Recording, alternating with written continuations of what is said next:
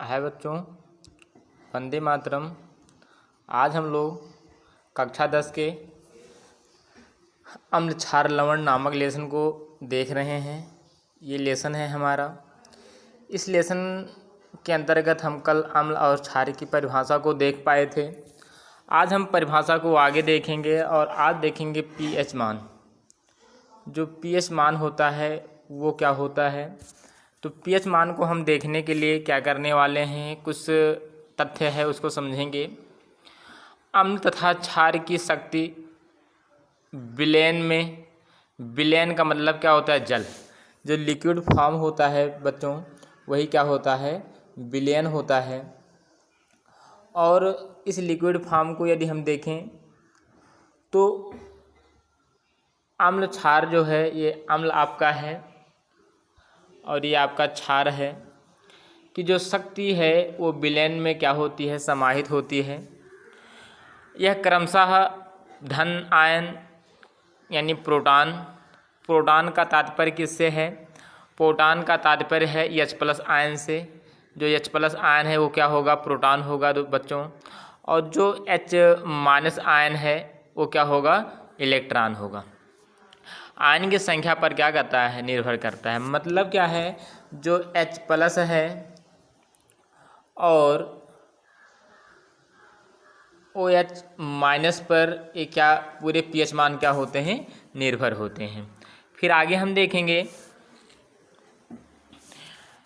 यदि हम समान सांद्रता, यदि सभी के समान सांद्रता में कोई अंतर न हो, समान सांद्रता के हाइड्रोक्लोरिक अम्ल,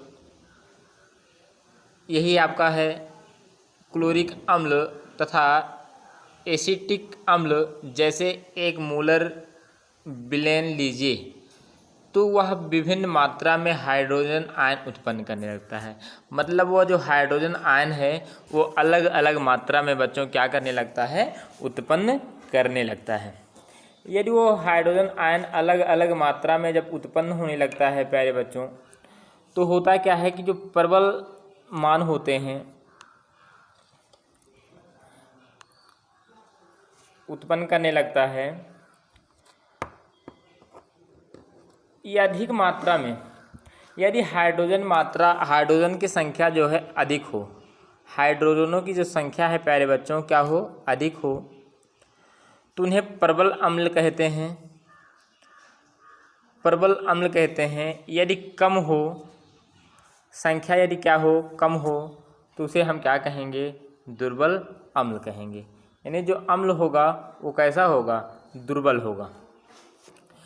तो इन सारी चीज़ों को यदि हम देखें ध्यान से, तो दैनिक जीवन में जो महत्व आता है पीएच मान का, वो क्या होता है उसे हम देखेंगे। क्या पौधे एवं पशु पीएच से पथ संवेदनशील होते हैं? तो आप कह सकते हो हाँ, सभी क्या होते हैं, पीएच मान से संवेदित होते हैं। कैसे होते हैं उन्हें हम देखेंगे। हमारे शरीर 7 से 7.8 प्रास के बीच कार्य करता है। जो हमारे जो एरियाज होते हैं वो कितने होते हैं, 7 से 8 होते हैं। जीवित जो जीवित प्राणी होते हैं, जीवित प्राणी केवल संकीर्ण पीएच प्रास में ही जीवित रह सकते हैं। जो जीवित प्राणी हैं वो अधिक अम्ल में नहीं रह सकते। यदि वो अधिक अम्लीय पदार्थों का सेवन करते हैं तो उन्हें आए दिन अलग अलग बीमारियों से जूझना पड़ता है। क्यों? क्योंकि अम्ल जो होता है जितना ही हमारे शरीर के लिए सही साबित होता है, लाभप्रद होता है, यदि इसका सेवन अधिक कर दें तो उतना ही यह क्या होता है, खतरनाक भी बन जाता है।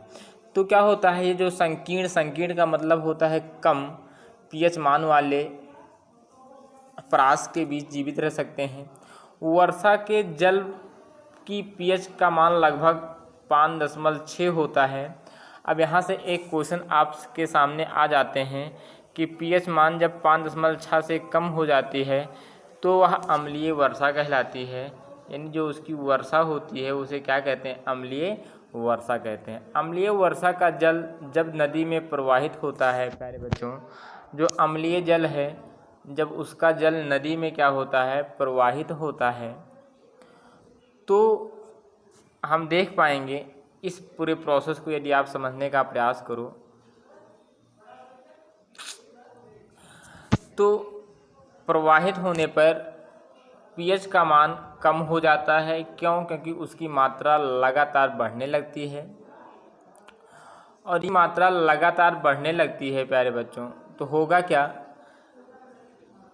कि वे जलीय जो विलयन आएंगे वे अधिक मात्रा में उत्पन्न हो जाएंगे, मतलब जलीय जीवधारियों की उत्तरजीविता अधिक हो जाती है।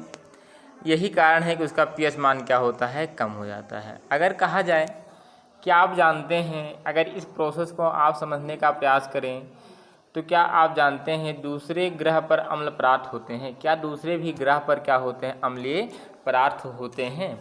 तो शुक्र का वायुमंडल जो होता है प्यारे बच्चों, जो शुक्र ग्रह है हमारा, शुक्र ग्रह का जो वायुमंडल होता है, सौरमंडल का दूसरा ग्रह जो होता है वो शुक्र ग्रह, बुध सबसे निकटतम ग्रह है। तो शुक्र ग्रह जो वीनस है, वायुमंडल सल्फ्यूरिक अम्ल के मोटे श्वेत एवं पीले बादलों से बना होता है। शुक्र ग्रह जो होता है ये श्वेत, कहने का तात्पर्य क्या है यदि हम आपको बताना चाहें तो श्वेत